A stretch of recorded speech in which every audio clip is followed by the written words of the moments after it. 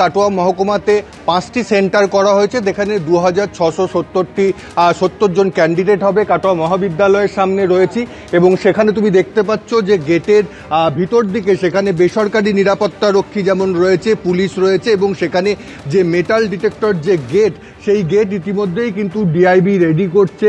আর সেই গেট এবং অন্যদিকে তাদের হাতে কিন্তু যে মিনি মেটাল ডিটেক্টর রয়েছে সেগুলোও কিন্তু রয়েছে। মূলত যারা পরীক্ষার্থী রয়েছে তাদের সম্পূর্ণ চেক করা হবে, শুধু তাদের নয়, যারা ইনভিজিলেটর রয়েছে তাদেরও কিন্তু পুরো চেক করা হবে, যাতে কোনো রকম মোবাইল ডিভাইস, কোনো রকম ইলেকট্রনিক্স ডিভাইস নিয়ে যেতে না পারে। এবং একেবারে গেটের সামনে সেখানে লিখে দেওয়া হয়েছে যে কিভাবে যেতে পারবে, কি কি নিতে পারবে। ট্রান্সপারেন্ট ব্ল্যাক এবং blue point pen, original valid, সেখানে প্যান কার্ড লাগবে, অ্যাডমিট কার্ড, ট্রান্সপারেন্ট ফোল্ডার একেবারে লিখে দেওয়া হয়েছে। এবং 3টি গেট করা হয়েছে। নিরাপত্তা ব্যবস্থা একেবারে আঁটো বলা যায়। 2টি স্তরে নিরাপত্তা হবে। প্রথমে পুলিশ যে রয়েছে, পুলিশ প্রথমে নিরাপত্তা সেটা খতিয়ে দেখবে এবং তারপরে বেসরকারি নিরাপত্তা রক্ষী রয়েছে, তারপরে তারা দেখবে। এবং যেটা কাটোয়া কলেজ থেকে জানানো হচ্ছে যে যারা ইনভিজিলেটর রয়েছে তারাও কিন্তু জানে না যে কোথায় তাদের ক্লাসরুম গার্ড হবে এবং আসার পরীক্ষার ঘণ্টাখানেক আগেই তাদের সেটা জানানো হবে, যাতে সমস্ত কিছু স্বচ্ছ থাকে।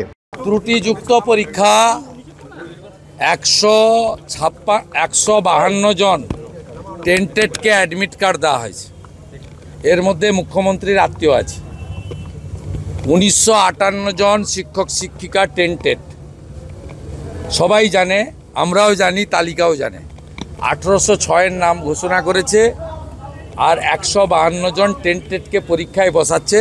ত্রুটিযুক্ত পরীক্ষা, প্রশ্ন বিক্রি হয়েছে, প্রশ্ন বিক্রি হচ্ছে এবং কালকেও সেন্টার প্রতি অর্থের বিনিময়ে তৃণমূলের লোকেরা সাথে পুলিশকে নিয়ে একটি প্রহসনের পরীক্ষা 9 বছরের পরে করতে চলেছেন।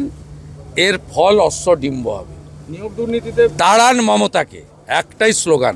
প্রতি বছর এসএসসি হবে, প্রতি বছর প্রাইমারি হবে, ওএমআর সিটে পরীক্ষা হবে, ওএমআর পদ্ধতি চালু হবে, কার্বন কপি বাড়ি নিয়ে আসবেন, আনুন বিজেপিকে। প্রশ্নটা হচ্ছে, শুভেন্দু অধিকারী এই মিথ্যে অভিযোগ দিয়ে আগেও বহুবার করেছেন। এইভাবে বাংলার রাজনীতিকে নিচু স্তরে নামিয়ে দেওয়া, এবং তিনি কি মনে করেন মিথ্যে কথা বললে তার কোনো রকম শাস্তি নেই? যে শুভেন্দু অধিকারীর এই মিথ্যা ভাষণ, মিথ্যে অভিযোগের বিচার হওয়া দরকার।